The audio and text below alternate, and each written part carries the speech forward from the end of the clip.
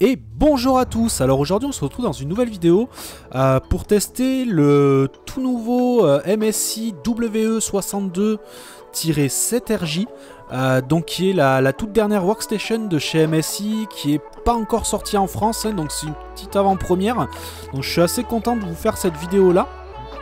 Donc c'est la nouvelle gamme en fait qui a été présentée au CES 2017, donc la nouvelle gamme de workstation de chez MSI. Donc petit rappel pour ceux qui ne savent pas, donc qu'est-ce qu'une workstation? Alors c'est en fait une machine qui va être dédiée plutôt aux professionnels et qui va être dédiée, on va dire, à tout ce qui est traitement 3D pour des logiciels comme AutoCAD ou autre. Donc c'est un petit peu différent des PC gamers que je vous présente d'habitude. La différence, ça va être surtout au niveau de la carte graphique sur cette machine là, mais ça peut changer aussi au niveau des processeurs. Donc au passage je remercie donc Amélie et la marque MSI donc pour le prêt de cette machine, donc un petit peu avant sa sortie. Je crois qu'elle est déjà sortie aux États-Unis, en France ça va pas tarder. Alors au niveau de la configuration, donc sur cette machine là ils ont fait le choix d'un i7. Il faut savoir qu'on retrouve assez souvent des Xeon sur les workstations, c'est le cas sur le reste de la gamme. Ici ils en retrouvent un i7 7700 HQ en 2,8 GHz, donc voilà les i7, donc les séries 7 qui sont les toutes dernières séries, 16 Go de RAM, donc ils seront, on pourra les étendre jusqu'à 32 Go sans problème, un SSD 256 Go, je vous mets les résultats qui parlent d'eux-mêmes, vous allez voir les résultats de ce SSD sont vraiment sympas, un disque dur 1 Tera. La carte graphique, donc c'est ce que je vous disais, c'est le petit changement en fait qu'on retrouve. C'est une Nvidia Quadro M2200 en 4 Go. Donc à savoir qu'ils ont sur la gamme, ça va aller je crois jusqu'à 16 Go sur les Quadros, selon la gamme qu'ils vont mettre sur les différents modèles des nouvelles workstations. Donc on peut arriver jusqu'à des performances qui sont plutôt sympas. Après on va retrouver le classique graveur USB. L'écran est un 15,6 pouces en Full HD. On va dire c'est écran assez standard, mais bon la qualité est plutôt pas mal.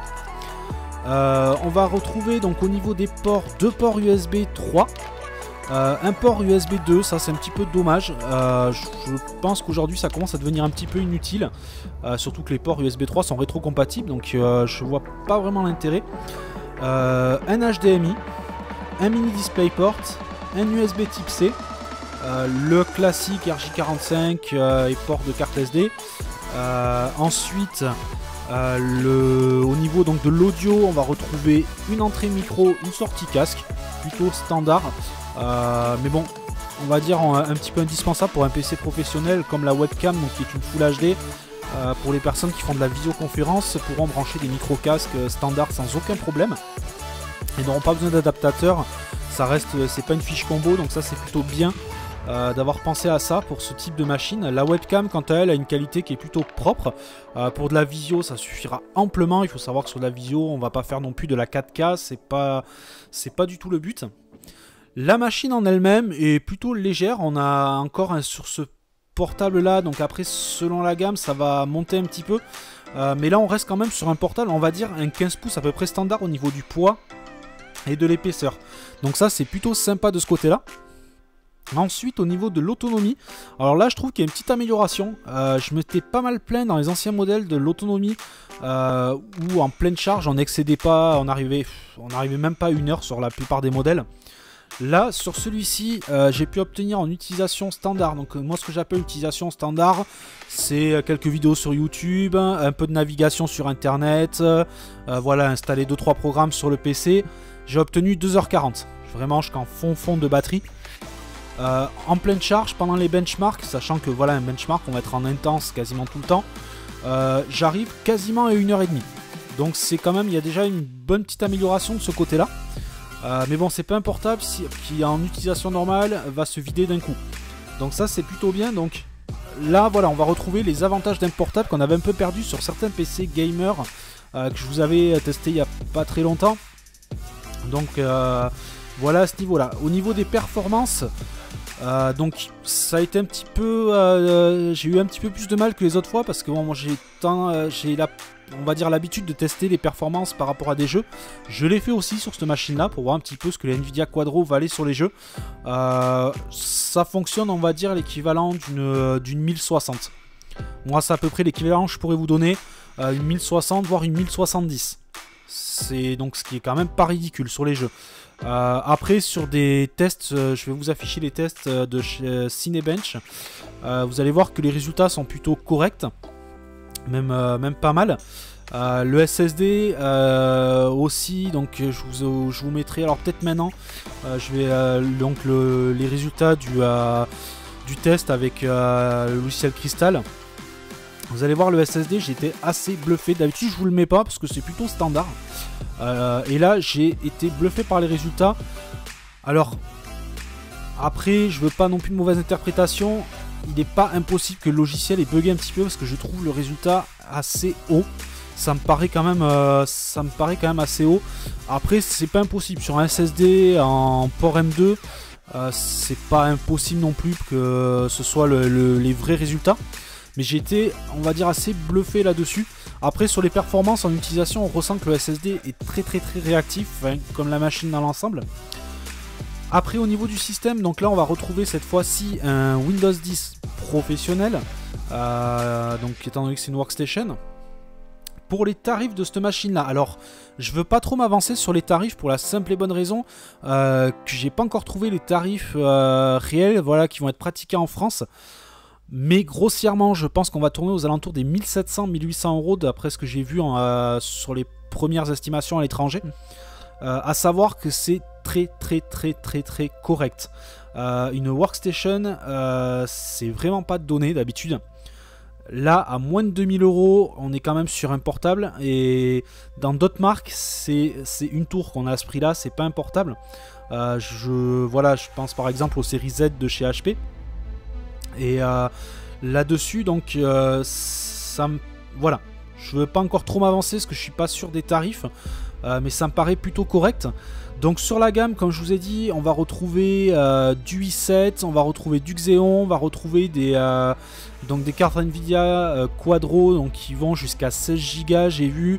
On va avoir quand même une belle gamme de machines. Les prix vont pas mal varier aussi. J'ai vu que ça pouvait monter jusqu'à 5000 euros sur les plus hauts de la gamme qui ont déjà été, on va dire, annoncés. Donc voilà un petit peu pour cette machine là. Je vous mettrai un petit peu les différents résultats que j'ai pu obtenir sur les benchmarks. J'essaierai de vous le faire un petit peu sur toutes les vidéos. C'est vrai que je vous poste pas assez, je vous parle souvent des résultats de benchmark, mais je vous les poste pas forcément.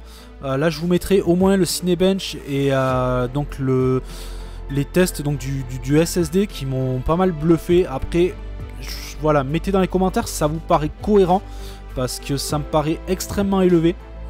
Donc voilà, si certains ont déjà vu des machines atteindre ces résultats là, si c'est vraiment les vrais résultats, écoutez, c'est un excellent SSD. Bon, après ça reste une très bonne machine dans l'ensemble. Après bon, qui sera plutôt dédié, on va dire, aux professionnels, hein. Si vous êtes gamer, c'est pas la machine qu'il vous faut.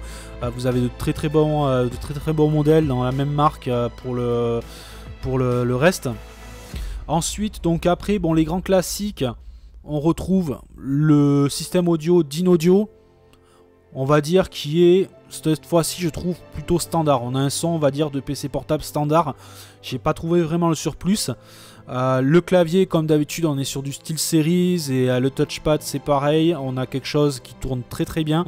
Voilà, ça fait plusieurs années qu'ils gardent un petit peu les mêmes périphériques.